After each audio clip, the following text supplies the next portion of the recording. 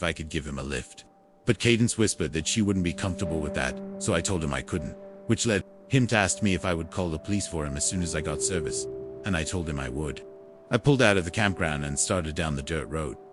My headlights were on full blast. We were maybe 100 yards down the road when I glanced to my right and saw them.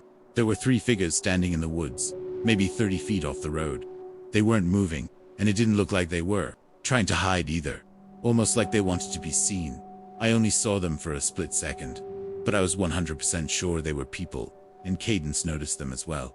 My foot instinctively hit the brake. I don't even know why. Maybe some part of me thought I should go back and warn Aiden, or maybe I was just trying to process what I was seeing. But before I could think it through, Cadence grabbed my arm and screamed at me to drive. Like a genuine scream. So I did. Cadence didn't say anything the entire way back to the main highway. As soon as I got service, I pulled over and called 911. I told them everything. And the dispatcher said they'd send someone to check on him. We never heard back from them. I wasn't really expecting to, but I had this sick feeling that something really wrong happened to Aiden, and that I was partly to blame. Cadence tried to reassure me that he was in on the whole thing, which is a possibility, but I think that's just a way to cope more than anything. Either way, this is still something I think about from time to time. So this was 2 Mays ago. I was 28 at the time, working remotely as an IT consultant out of Bozeman. The job wasn't anything special, but it paid okay, and being able to work from anywhere in the world was a huge plus for me. Unfortunately, I was going through kind of a rough patch at the time. I'd just gotten divorced about 3 months earlier, and I wasn't handling it well. Nothing I tried was working, and believe me, I tried everything. It seems a little foolish and naive looking back, but at one point I was convinced I'd spend the rest of my life in misery unless I did something drastic. Like, go off the grid and spend a few weeks in the wilderness type drastic. So that's kind of what I did. Camping has always been a big part of my life. So trekking out in the wilderness all alone isn't actually as crazy as it sounds, at least for me. I'm actually a lifelong scout. Couldn't make Eagle quite in time. But the point is, I know my way around wilderness better than most. I've got my old man to thank for that. I didn't want to go anywhere where there'd be other people around though. That would have defeated the whole point. I needed to be alone. So I did what any reasonable person does at 2 a.m. when they can't sleep. I went down the internet rabbit hole. Eventually I found this old Montana backcountry camping forum that had a bunch of posts about some unofficial sites in the Helena Lewis and Clark National Forest. So right then and there, I made the decision. The next morning, I planned everything out. The only person I told where I was going was my brother, and I didn't even mention the specific spot to him. Just a vague description of the general area. I had a bunch of PTOs saved up, so missing a week or so of work wasn't the end of the world, if I'm remembering correctly. That was a Tuesday, so it must have been a Thursday by the time I had my truck fully loaded up. I had enough supplies to last me the full week, and then some. Freeze-dried meals, water purification tablets, a first aid kit, and all the other essentials. And of course, my Remington 700. I'm not a gun nut or anything, but you don't go that deep into the Montana wilderness without protection from wildlife. The drive out there was about 4 hours from Bozeman. First 3.5 were easy. Highway to county road to Forest Service road. That last bit though, a headache. My GPS kept trying to reroute me because the service road I needed wasn't in its system. After some painful backtracking and double-checking the descriptions of some of those online posts, I found this overgrown trail that seemed to match up with what someone had written. Twice, I had to stop to move branches and other debris that were blocking the path. My truck's a decent 4x4, but I was starting to worry about getting stuck. I drove along the path until it was impossible to go any further, at which point I just shut my engine. I knew I'd have to reverse out of there when the time came to leave, but I had been prepared for that, so I wasn't too concerned. As soon as I stepped out of my truck, I was pretty confident I was in the right spot. But that far into the wilderness, there's not really a right spot, since everything's as remote as everything else. Either way, I was pleased. There was a clearing not too far from the cluster of trees I had parked in front of, and it looked like a perfect place to set up camp, except there was already a tent there. I noticed it almost immediately. It was this old, olive green tent that looked like it was from the ADS dot. My first thought was that someone else had found those coordinates, but the tent looked like it had been there for years. There was actual mold growing on the seams, like visibly from 20 feet away kind of mold. I walked over out of curiosity. I probably shouldn't have, but whatever. I called out a friendly, hello, and waited. There was no response. The zipper was partly open, so I just unzipped it the rest of the way. And let me tell you, the smell in there was god-awful. It smelled like something had died inside. The stench was unbearable, but I was in too deep and was too curious to just walk away. I looked around the tent and saw an empty sleeping bag, some soup cans, and a little notebook. I withstood the nastiness just long enough to grab the notebook and reach my head back into the pure air. There wasn't anything else in the tent besides what I already mentioned, so I didn't see the need to keep investigating. But something was making that smell, which I didn't really understand. But anyway, after stepping out of the tent, I started flipping through this little notebook and immediately realized what it is. Pages and pages of tally marks. There must have been hundreds of them in there, all in groups of 7. The last page had 42 groups, which is over 8 months. I wasn't really spooked at that point, more so curious and kind of excited to have stumbled upon my own little mystery. But after flipping through the notebook a few times, there wasn't really much else to do. I ended up keeping it. What was I going to do? Return it? But anyway, I decided to set up my own camp on the opposite side of the clearing, a decent distance away from the tent, but close enough to keep an eye on it. I didn't like the thought of letting it out of my line of sight. As I settled into the spot and acclimated myself with my surroundings, I realized there were no signs that anyone had actually camped here before. I went for a pretty extensive hike and didn't find any old firings, trash, trails, footprints, anything that would even marginally suggest another human. It was a really clear night that night. I remember that distinctly because the stars were incredible out there. The drive and setup had exhausted me, so I fell asleep pretty quickly. I woke up randomly in the middle of the night. I had no idea what time it was, but I knew for a fact I didn't wake up to nothing. I'm a very heavy sleeper, even out in the wilderness, so I knew something was wrong. I froze in the dark and listened, trying to hear for an animal or whatever else could have woken me up. And after about 30 seconds, I heard it. Whispers that it sounded like 2 or 3 different voices. And if I had to guess, I'd say they were maybe 20 feet from my tent. They were having some kind of conversation, but I couldn't make out what they were saying. I was so freaked out, I started sweating. When you go that deep in the wilderness to be alone, the last thing you're expecting to stumble upon is another person, let alone multiple people. It doesn't sound like the scariest thing per se, but in the moment, I was terrified. I stayed frozen in my sleeping bag, pretending to be asleep. The voices stopped, but I still didn't want to move.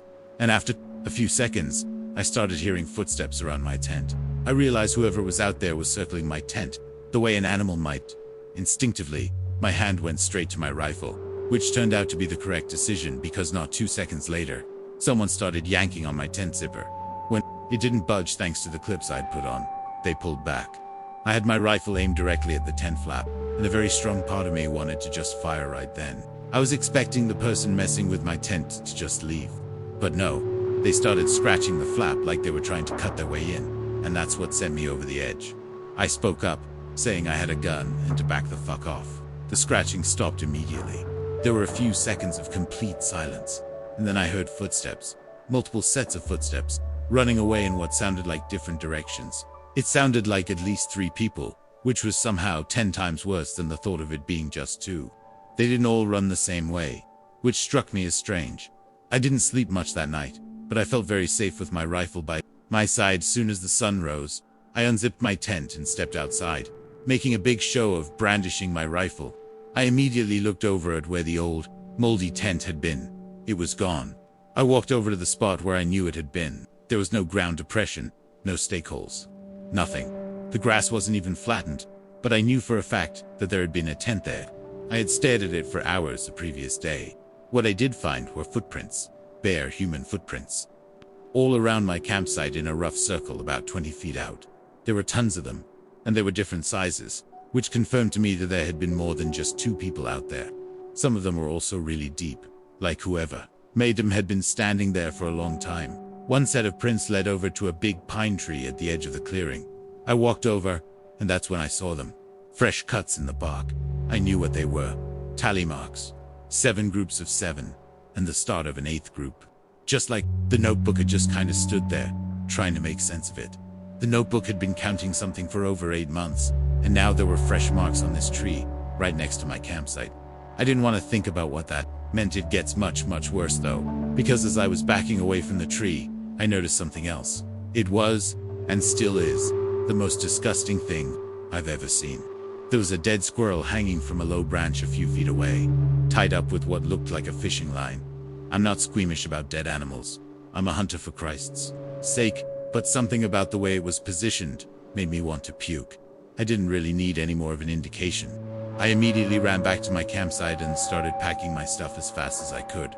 I'll admit that my hands were actually shaking while I took down my sight, and I was having trouble focusing on the task at hand without looking over my shoulder every few seconds. After what felt like forever, I finally finished packing everything and started jogging towards my truck.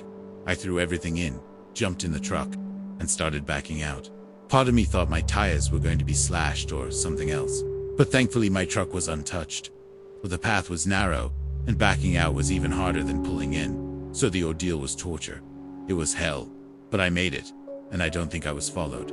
By the time I made it back home, I decided I wouldn't even bother calling anyone. I did not think there was a point. Like realistically, what would I even report? It's not like anyone would go that far into the woods to investigate.